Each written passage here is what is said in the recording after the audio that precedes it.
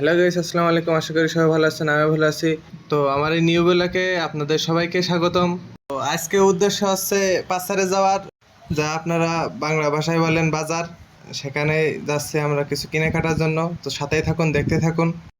দেখতেই পাচ্ছেন এই যেমন তো চলে আসলাম আমরা বাজারে। এখানে দেখেন অনেক ফল, অনেক রকমের ফল পাওয়া যায় এখানে। এপাশে দেখতে পাচ্ছেন এই যে কাবাব, শিক কাবাব রয়েছে, মুরগি ভাজি রয়েছে। এপাশে খুব কম দামেই ভালো ডিম পাওয়া যাচ্ছে। এটি একটি ছোটই বাজার।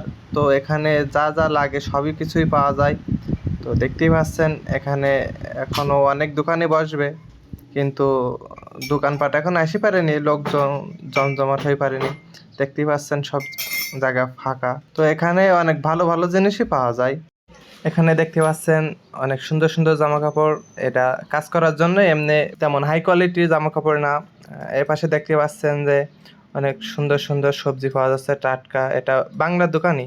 তো দেখতেই পাচ্ছেন আমরা একটা মুরগি নিছি। আমাদের এই কাকু ছোলা করে দিচ্ছে এখান থেকেই। 4 কেজি প্লাস ওয়েট হবে মুরগিটার। এই যে মুরগি, এখান থেকে যে কোনো একটা নিলেই 35 টাকা। তো আমরা আমরা বেছে বেছে বড়টাই নিছি, মরগে নিছি, সবচেয়ে যেটা ওয়েট বেশি সেটাই নিছি। দেখতেই পাচ্ছেন কাকু কি নিখুঁতভাবে পরিষ্কার করতেছে। খুব তাড়াতাড়ি আমাদের পুরো মুরগিটা পরিষ্কার করে দিতেছে। তো আপনারা দেখেন আমার এই দুই ভাইয়ের সাথে আইছি আমি। আমি এর আগে এ বাজারে কোনোদিন আসিনি, অন্য জায়গায় গেছি।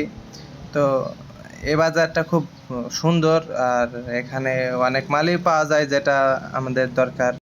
মুরগি কিনতে কিনতেই আমার এক দেশি ভাই আসলো।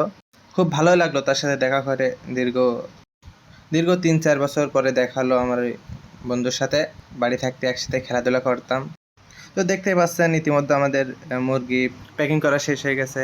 এটা নিয়ে সোজাই চলে যাব রুমে, আর বেশি ঘোরাঘুরি করব না।